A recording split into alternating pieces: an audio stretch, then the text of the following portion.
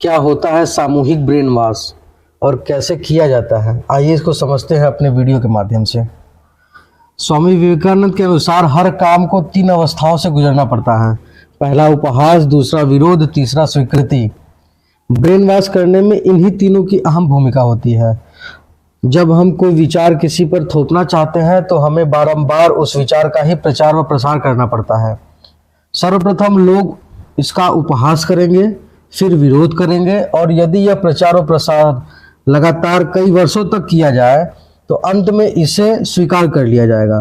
पिछले वीडियो में हम समझ चुके हैं कि बुद्धि स्वीकार भाव से ही निर्मित होती है। यदि आपने इस वीडियो को नहीं देखा तो अवश्य देखें।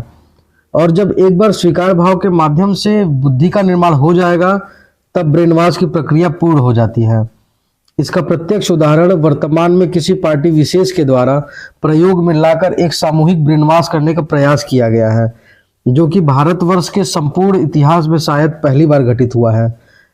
इसे यदि सबसे घटिया और निम्न स्तरीय राजनीति की संज्ञा दी जाए तो गलत नहीं होगा, क्योंकि इसकी वजह से प्रत्येक व्यक्ति की भावनाओं और बुद्धि को भ्रमित करने का प्रयास किया गया है, जिसके लिए इतिहास इस पार्टी विशेष को कभी क्षमा नहीं करेगा।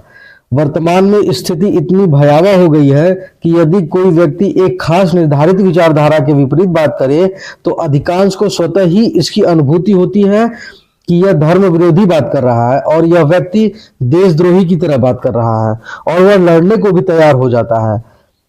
हमें समझना चाहिए कि ये कैसी विचारधारा है जिसके द्वारा ब्रेनवॉश किया गया है कि हम लड़ने को भी मजबूर हो गए हैं। हमें विवेकानंद के कुछ विचार याद आ रहे हैं। विवेकानंद कहा करते थे कि जब तक करोड़ों लोग गरीबी, भूखमरी और अज्ञान का शिकार हो रहे हैं, मैं हर उस व्यक्ति को शोषक मानता हूं जो उनकी ओर जरा भी ध्यान नहीं दे रहे हैं। साथ ही जब तक लाखों लोग भूखे और अज्ञानी हैं, तब तक मैं हर उस आदमी को गद्दार मानता हूं जो उनके बल पर शिक्षित हुआ है और अब वह उनकी तरफ ध्यान नहीं देता है।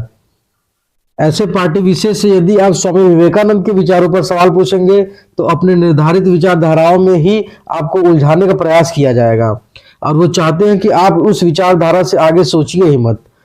यहाँ आप स्वयं से एक सवाल पूछिए कि कहीं आपका ब्रेनवॉश तो नहीं हुआ है ना। धन्यवाद। मिलते हैं मित्रों अगले वीडियो में।